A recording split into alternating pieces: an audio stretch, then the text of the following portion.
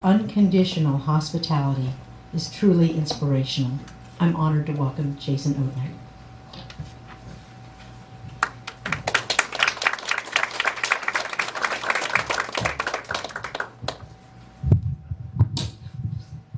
Let's see if I can figure this out.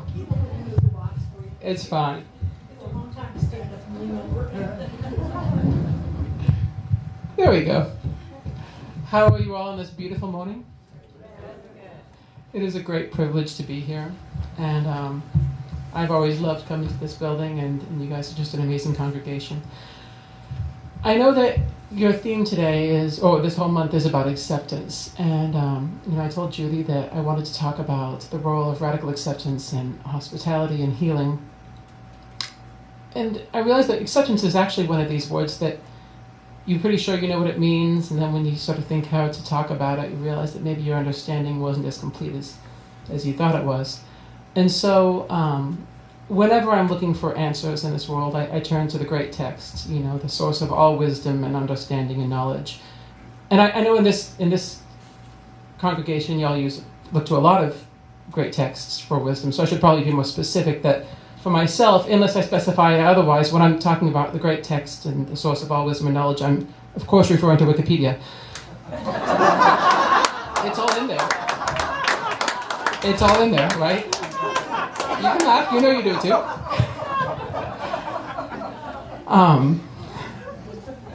And so, according to the great text, acceptance is a person's assent to the reality of a situation, recognizing a process or condition, often a negative or uncomfortable situation. The concept is close in meaning to acquiescence, derived from the Latin acquiescere, which is to find rest in. Acceptance is fundamental to the core dogma of most Abrahamic religions. The word Islam can be translated as acceptance, surrender, or voluntary submission, and Christianity is based upon the acceptance of Jesus of Nazareth as the Christ, and could be compared to some Eastern religious concepts such as Buddhist mindfulness. Religions and psychological treatment often suggest that the path of acceptance when a situation is both disliked and unchangeable, or when change may be possible only at great risk or cost. Acceptance may imply only a lack of outward behavioral attempts at possible change, but the word is also used to more specifically for a felt or hypothesized cognitive or emotional state. And thus concludeth my reading. And so I wanted to talk about, when I read that, it talks about how acceptance is about, accepting a difficult situation. But that doesn't always mean that acceptance means accepting that the situation should remain as it is. In fact, the first step to changing an untenable situation is to accept and to be honest with oneself about what that situation is.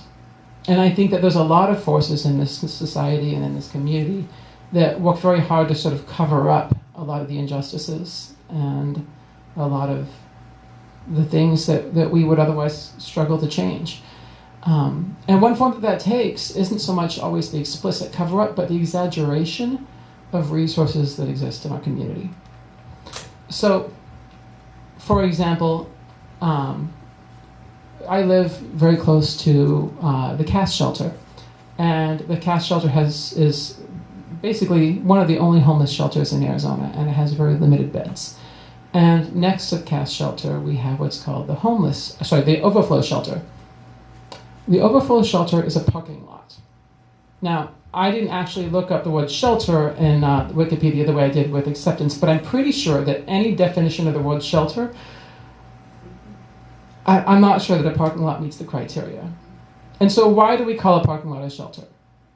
Well, it's because there's some part in us, not necessarily us as individuals, but as a society that wants to make believe that resources exist that do not. And the reason that we need to believe that these resources exist is that it's very uncomfortable to step over a homeless person on the street. And it's a lot easier if we can tell ourselves that, there's perfectly good shelters and they're choosing not to go to them. But those shelters don't exist. And I know that as somebody who's worked very hard to find shelter beds for people. And likewise, we see the same thing in other systems. I work in a hospital, and if a patient doesn't have insurance or doesn't have resources that they need for a safe discharge, the case managers, they have a sheet full of resources and referrals to medical clinics and to other services in the community. And when you go through, most of those phone numbers are disconnected. I don't know when that list was last updated, but the most recent, one of those listings on the sheet is for the Chicanas por la Causa Medical Clinic, which was defunded and closed in 2006. So it's a bit of an old list. And when I brought this to the attention of administration that we're handing out resource lists that don't include any real resources, they said, okay, well, we'll look into that. Maybe somebody can make a new one. And I brought it up again and again, but we persist in handing this out. And this is interesting to me because I think it may not be consciously intentional, but I think that there is a desire to feel like, well, we have this long list and lots of resources, and so my conscience is clean, right? When we send them home, if there's a bad outcome, it's not our fault. We gave them the list. We can feel good about this. And this instinct is understandable because it can be paralyzing when you realize how much need there is in the world. When you look at the thousands and thousands of people who don't have access to the basic, simple things that they need and deserve, we can just look at it and say, I don't know how to put a dent in that. And you feel guilty and you feel frustrated, and then you don't want to touch it at all. But we can put a dent in it together, and we can build a different world together. And the first step to doing that is accepting the truth of what resources don't exist. I had a little reading I wanted to read to you, and this is written by my girlfriend, Lillian Wald. It's a complicated relationship. She died in 1940, but every relationship has its challenges, and we work through it. We're meant for each other, so, We disagree about the prohibitionism. We get an argument sometimes on that, but otherwise, we're very close. And so here's a brief story of the first step, the step of accepting the truth of the situation. A sick woman in a squalid rear tenement, so wretched and so pitiful that in all the years since I have not seen anything more appalling, determined me, within half an hour, to live in the Lower East Side. I had spent 2 years in New York training school for nurses, strenuous exercise for an undisciplined, untrained girl, but a wonderful human experience. After graduation, I supplemented the theoretical instruction, which was casual and inconsequential, in the hospital classes 25 years ago, by a period of study at a medical college. It was at that college that a great opportunity came to me. I had little more than an inspiration to be of use in some way or somehow, and going to the hospital seems like the readiest means of realizing my desire. Well, there, the long hours on duty and the exhausting demands of the ward scarcely admitted freedom for keeping informed as to what happened in the outside world. The nurses had no time for general reading.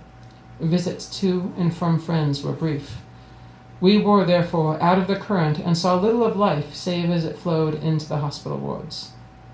It is not strange, therefore, that I should have been ignorant of the various movements which reflected the awakening of social consciousness at that time, or the birth of the settlement which 25 years ago was giving form to a social protest in England and America.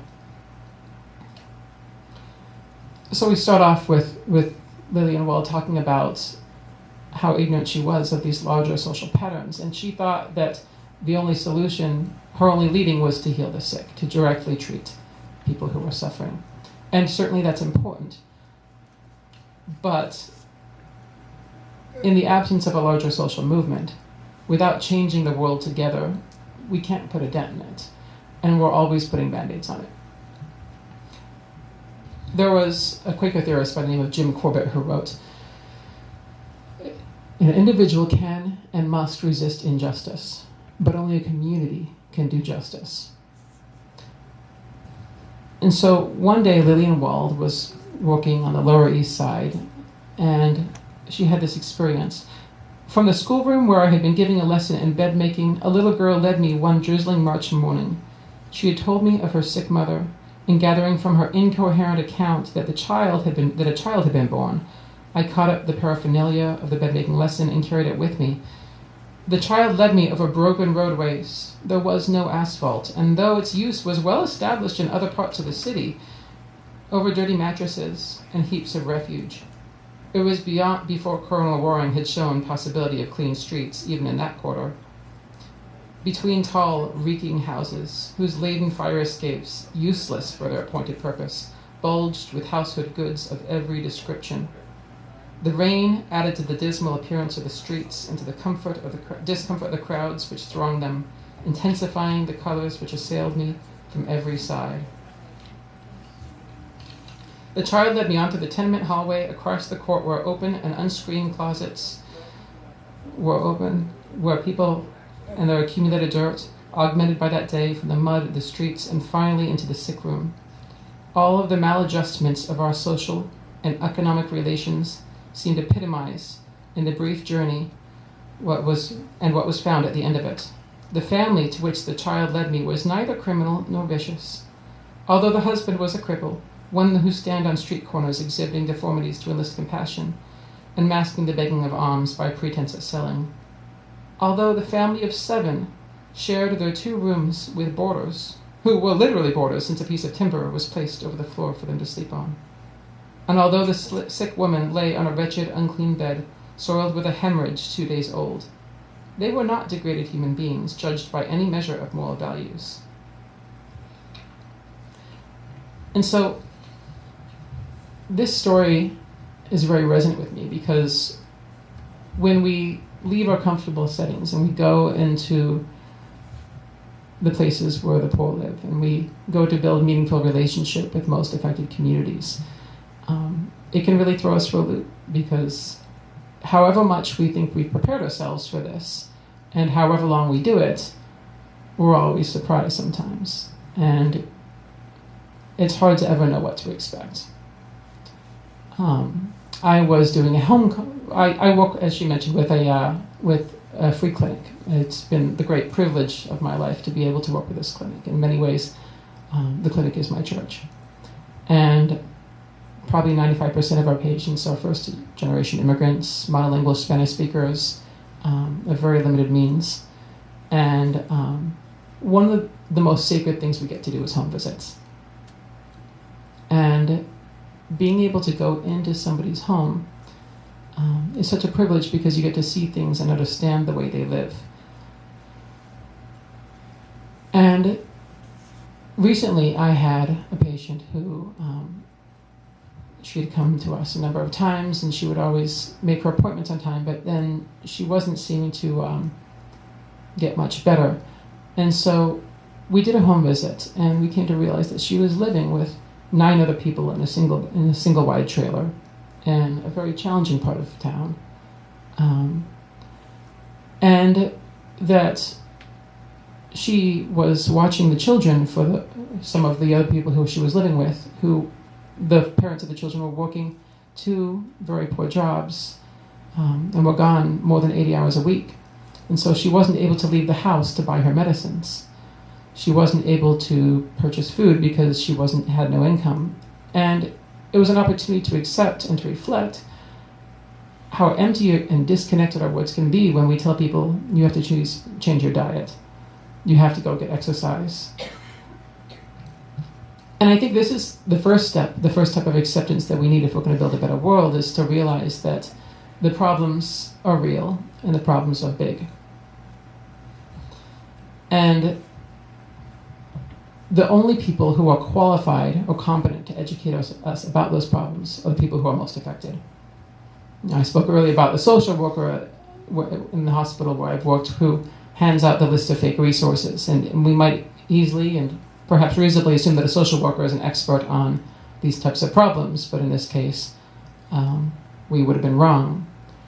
The only people who we can really trust to help us understand are the people who are most affected.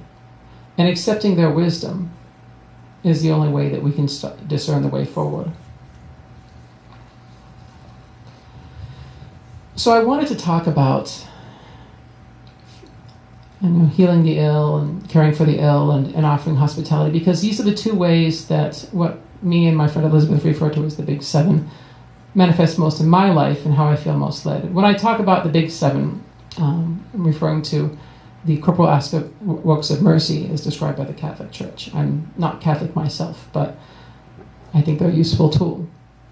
They are to feed the hungry, to give drink to the thirsty, to clothe the naked, to harbor the harborless, to visit the sick, to ransom the captive, and to bury the dead. These are derived mostly from the Sermon on the Mount, wherein Jesus says, "For I was hungry, and you fed me. I was thirsty, and you gave me drink. I was a stranger, and you invited me into your home. I was naked, and you gave me clothing. I was sick, and you cared for me. I was in prison, and you visited me." And then Jesus goes on to say, "And insofar as you didn't do these things, you're screwed." That's what it says. You can look it up. And I love this passage because I'm not very smart, is the honest truth. I'm not very smart, and most of the Bible and most other religious texts that I look to go over my head. And I find a lot of parts of a lot of books very confusing, and that's okay, because I read this passage again and again. I can't help but feel that whatever else in life I don't understand, and whatever else in life I get wrong, if I can just figure out how to get this part right, I'm going to be okay. And so we call these the Big Seven. And I wanted to talk about acceptance in terms of visiting the sick and harboring the harborless. I like this term harborless. It doesn't always mean homeless. I think most of us have been harborless at some point in our lives. A harbor's purpose is to shield a boat from the waves. And so I think about, what is a harbor? What does it mean to harbor the harborless? Certainly, housing people without homes is part of that, but there are so many ways that we need to be sheltered from the waves. And there are so many ways that we can shelter one another.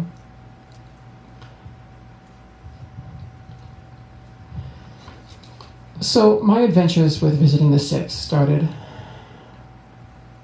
we'll say, in 2009, when we founded a street medic collective, mostly to provide medical support at immigrant rights protests. We would go out, and if protesters were shot with rubber bullets or pepper sprayed or just went down from heat syncope, we had a team of doctors and nurses who were there to, sometimes EMTs or others, to assist them. And this was a fun pastime, and we did some good. But what happened was that over time, people in the community started to realize that they trusted us, and they felt less and less safe interacting with mainstream medical establishments, especially as SB 1070 and other racist immigration laws moved forward. And so we started getting phone calls at night. The baby's sick. She's got a fever. Can somebody come? My husband's had diarrhea for 4 days. He's too weak to get out of bed.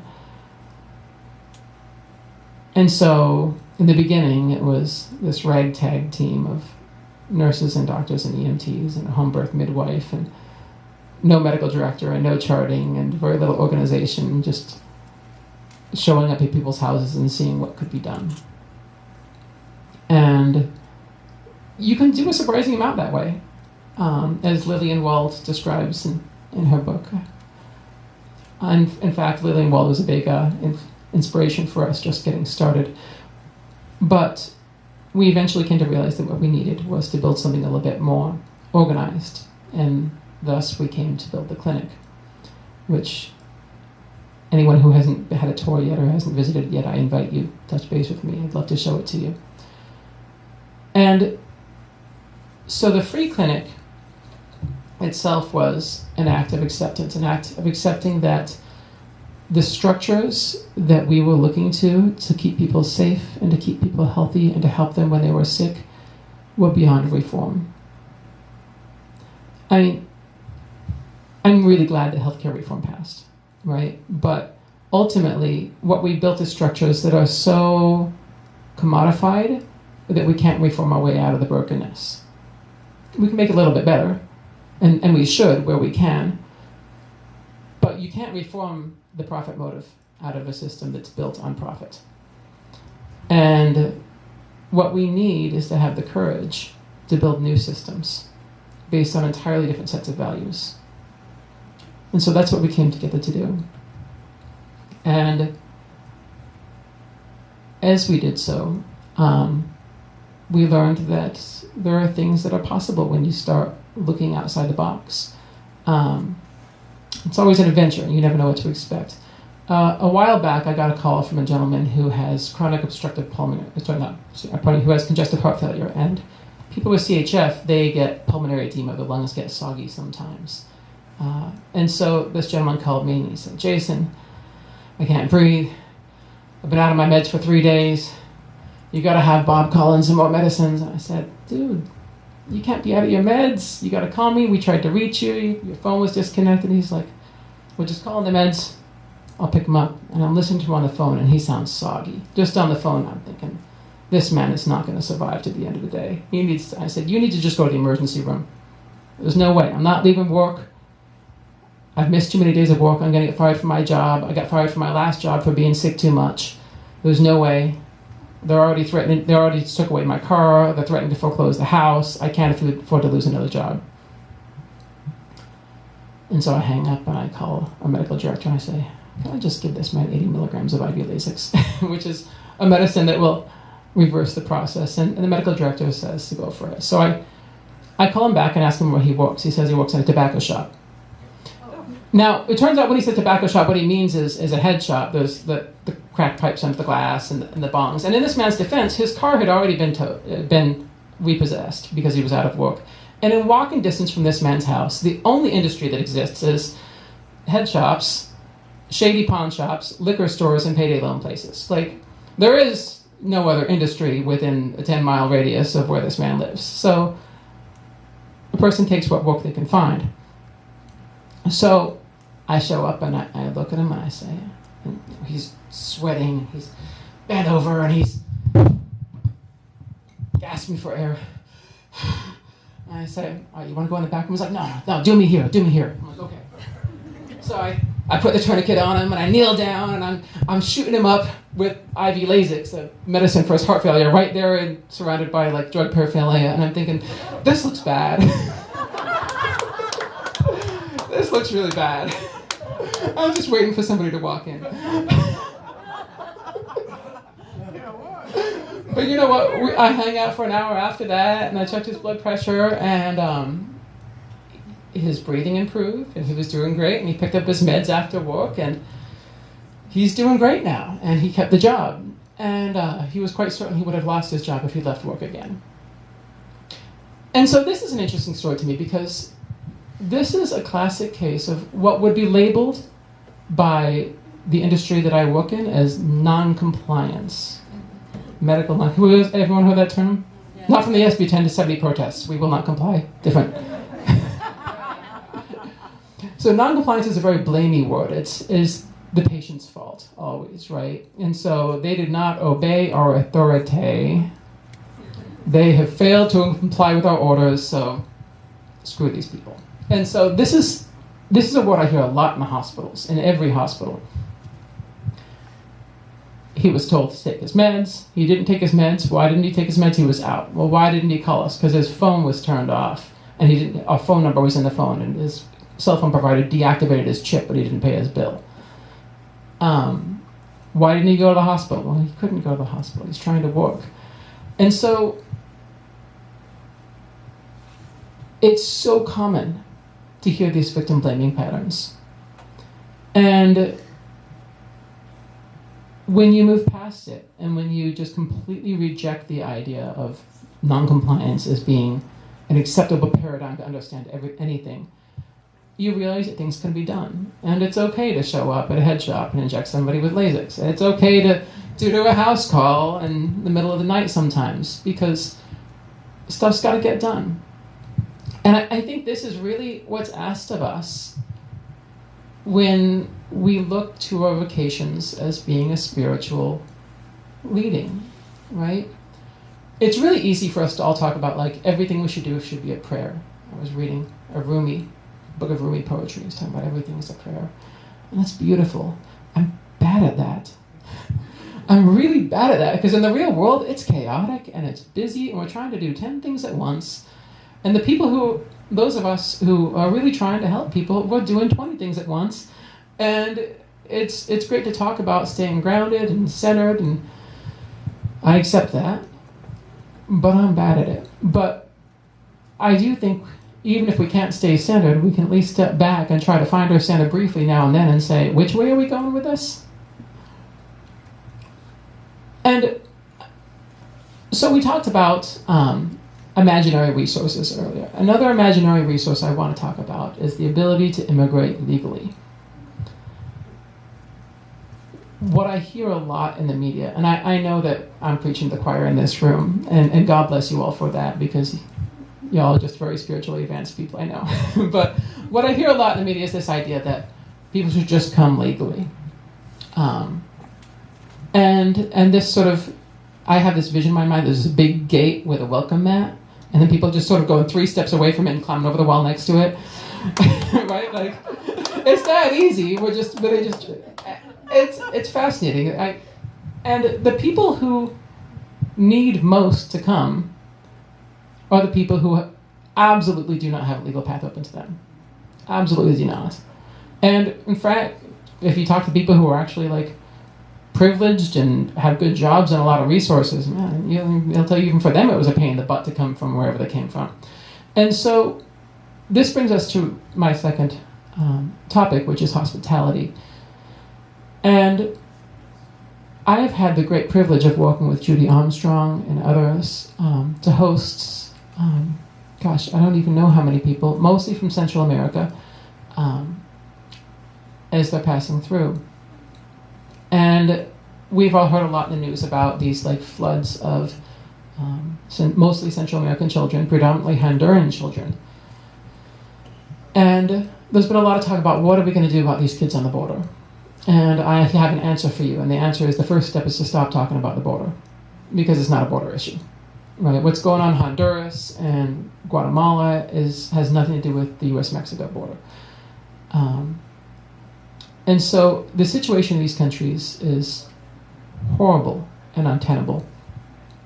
And right now, San Pedro de Sula in Honduras, which is where a number of the children I've hosted have been from, I think Mario was from there, wasn't he? Is considered the murder capital of the world, and you're more likely to be killed in San Pedro de Sula right now as a civilian than you were in Iraq during the surge. Okay, so for a country that doesn't have an active war going, this is the most dangerous place. And so whatever we hear about the reasons these kids are coming, if it's not focusing on the actual lived conditions in their countries, don't listen. Because this talk that they're coming because of some misunderstanding about the Deferred Action Program or these other things, when you talk to the kids, they'll tell you why they came. And the stories that they tell when we listen to them are remarkable. I remember at one point there was 2 young men, both 18 years old, who were staying in my house for a while as they passed through. And one of them, they were swapping stories, and they're telling a story about as they were crossing a bridge between Guatemala and Mexico. It was not a pedestrian bridge, it was a train bridge that pedestrians weren't supposed to be on. And so they were trying to go that route to get around the guards. And there was some gang members on the bridge that approached and said, well, you have to pay us money or else we'll kill you. And the person in front, a young teenager, said, I don't have any money. And so he was thrown off the bridge and eaten by alligators. And when I heard this story, I thought, I don't know if I buy this. This is too crazy. And the eaten by alligators thing, it's like out of a cartoon, isn't it? And so I thought, I know that things are bad, but surely some of this has got to be exaggerations. A number of months later, me and my dad, I took my dad to Chiapas, and we took a boat ride along the Suma Jacinta River, which goes between Guatemala and Chiapas, the same river. And as we go beneath the bridges, there are hundreds of alligators. And I thought, wow, why am I so quick to disbelieve? And I'm saying this not to be depressing. I'm saying this to say that there are opportunities and there are networks. An individual can and must resist injustice, but only a community can do justice. And that community exists here. So these kids, people wonder what happens to these kids. When they get out of detention, first they're placed in immigration detention because they're underage, and a lot of them will get transferred to a program. Locally, it's called Southwest Key. It's a nonprofit, and it runs essentially group homes. And it's not a bad setting. They do their best. It's not perfect, but they do their best. And so these kids live in Southwest Key until their 18th birthday. And then typically what happens is that on their 18th birthday, sort of as a birthday present, to celebrate their birthday, they get sent to prison. Because they're 18, they're too old for the shelter. And so there's an organization called the Florence Project that works very hard to try to position things at just the right time. And there's sort of a legal window to try to get these kids released. But you can only get a kid released on their 18th birthday if the judge knows where they're going to be. And so you have to have housing lined up before they can get out. And people like Judy have worked very hard to make sure that housing exists for a lot of kids. And so when I first got involved in radical hospitality, it was a little bit scary. People, I've never met them, there's two young men just out of detention. These are, without exception, the sweetest kids I've ever met. Judy will tell you the same. And to be able to accept people into your home is such a privilege. It reminds me about, it just gives me a chance to reflect on how privileged I am to have the space for them. And I think about all these kids who get moved to detention, and I think about how many spare bedrooms are there in the city of Phoenix. You know, a spare bedroom is a funny thing. You know, you sort of keep the bed made in case a guest comes, and maybe they come, 2 or 3 times a year, and then you put on clean sheets after they leave. And we do this in a world where young people, kids, are getting moved to immigration detention in Eloy, sometimes for years. And so, quick call out if anybody has a spare bedroom. I expect you to talk to Judy after this is over.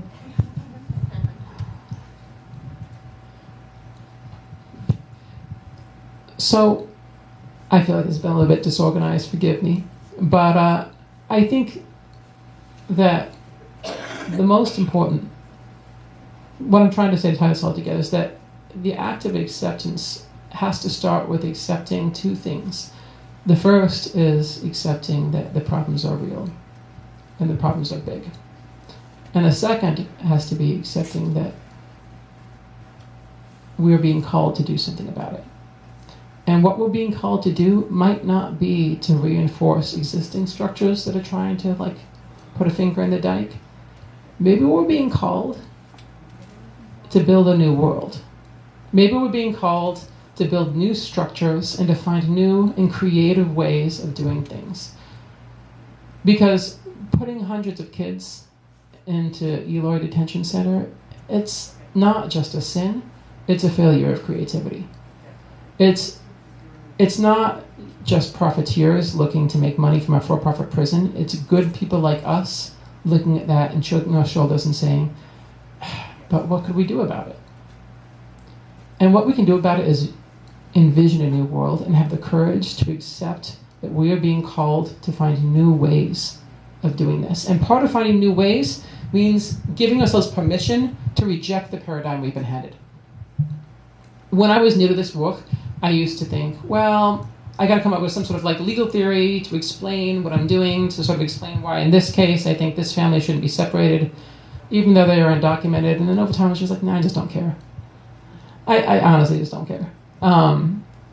Because, not that I don't care if they're separated, I'm saying I don't care about the legal theory. I don't care about being able to justify it. I think it needs to be enough to say, this is a good family, and these are my neighbors, and I think my neighbors should stay together. And people can say, well, what does that mean? You can't just say the law is not important. But I think we can. I think all we're really saying is that if people saw each other as neighbors and took care of their neighbors and looked out for their neighbors and tried to love one another, that wouldn't be such a bad world. And I don't know that is such a radical position. I don't think I need to defend it any further past that. I don't think any of us should feel like we have to. I think that should be enough. And so I'm here today to invite you all to accept this invitation to reject the paradigm we've been handed, to give ourselves permission to come up with new ways of seeing things, to build new structures, to work together. And we can do this, not by just handing out sandwiches on the corner to hungry people, although that's great too. But we can build new structures together and figure out how to make a better world. And so, thank you for being here. And thank you for inviting me. It's a privilege to be here. And I hope you all have a beautiful day.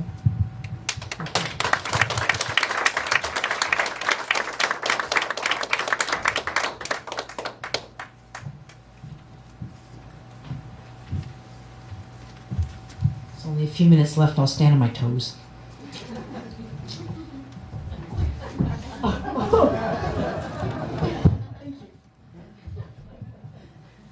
Short people do have reasons to live, but it's hard at podiums.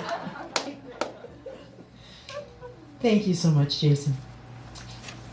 Today's closing hymn is printed on the back page of your order of service. A traditional hymn attributed to the prolific composer Anonymous. It came to mind when I was out for a run in my neighborhood between storms on the third day of huge monsoon rains.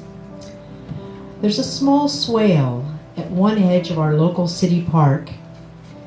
After most rains, it collects a foot or so of water that absorbs into the soil in just a day or so. But this morning it was full to overflowing, and it was literally rushing out into the surrounding open desert. It was making a temporary stream where none had been before in the 6 years that we've lived here. I got this hymn running through my mind. Only when there's an abundance of water can it flow out into the desert. And only when our hearts are full with love and compassion and a passion for justice do we let that spill over and make our world a better place. Please stand now as you're willing and able and join in our closing hymn, Peace is Flowing Like a River.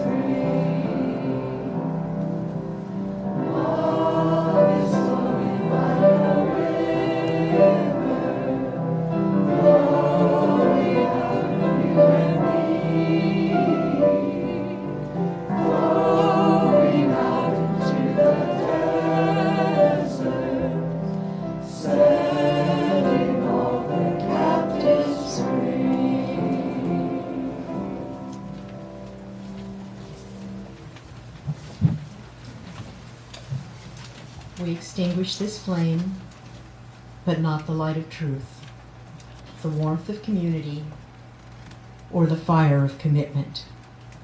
These we carry in our hearts until we are together again.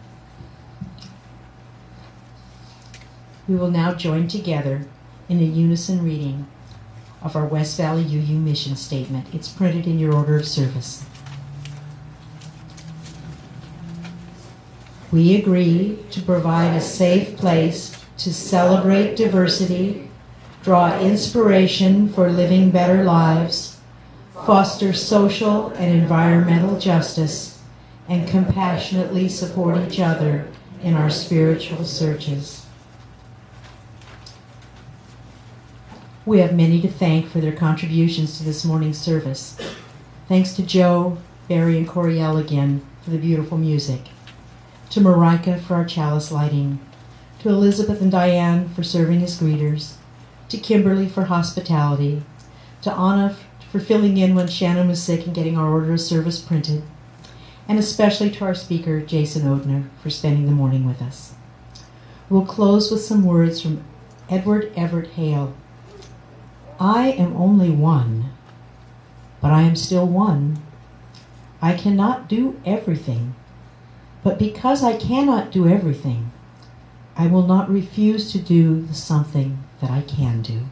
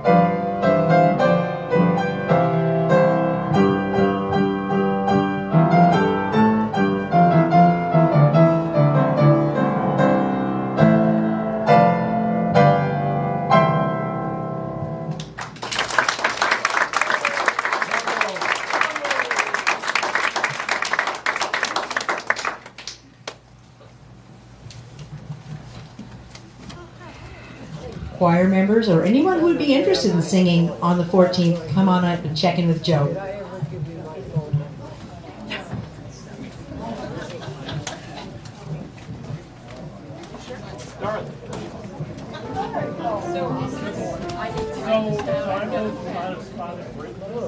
So